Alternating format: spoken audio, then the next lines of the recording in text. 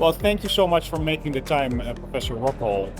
Clearly at ECR, AI is in everybody's mind. What are some of the challenges and trends you're hearing about AI? For sure at the moment, I think AI deployment is the big issue that radiologists are facing today. We've seen huge developments with the companies getting AI products across FDA approval or CE marking, and now we have to get them across the next hurdle and into delivery of health care. And I think we have lots of different challenges. Some of them are technical, such as interoperability, and some of them are human, such as how am I going to work with this new AI tool? And there's all the concern about trust and about bias. So we have some different challenges with deployment and implementation, which I think we're working through at the moment in our community. That very much resonates with me. It's, by the way, one of the missions at DeepHealth that we're definitely trying to solve for. And it's so important because if you think about the importance of AI in population health, it clearly has an impact. So for instance, we think about targeted lung health check program in the UK that we're partnering up with the NHS. That's detecting cancers at a much earlier stage than without AI. And clearly that's having an impact on patient outcomes as well as the cost of care. So what are your thoughts on driving AI further as part of population health and screening programs? I mean, I've always seen breast screening as one of the early adoption areas, obviously, for AI, where in the NHS, as you mentioned, we do double reading for breast AI.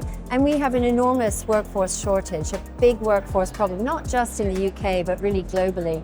So when we want to look at population screening, to have the assistance of AI to help with this mission, if you like, is tremendous, because I don't think we even have in our training program enough space to train enough to really branch out to screen for breast, lung, ideally prostate will be coming.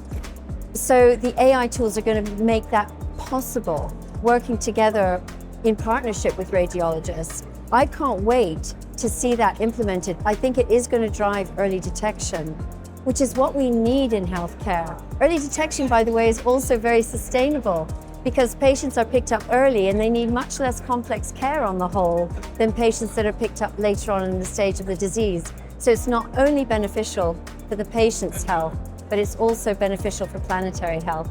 Double impact, as we say. And you talked actually about the role of the radiologist as part of that as well. In what way is that evolving? Certainly at the moment, where I work, it's not legal to have fully automated AI in diagnostics. Now, of course, there are other AI tools in the workflow area, which can obviously go without a radiologist in the loop. But when it comes to diagnostics, by law, there has to be a final sign-off by a radiologist.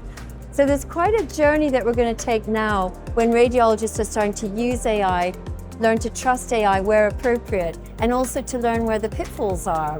And I think radiologists need to be an integral part of finding this out and studying this whole area of the human AI interaction. I have no doubt in time there will be narrow AI areas where automated AI is going to be hugely beneficial. You touched upon many things just there. Teamwork, we're on an exciting journey, and for sure, ultimately, AI will advance our mission. I want to thank you for your time, Professor Rockall. It was lovely to meet you, Kees. Likewise.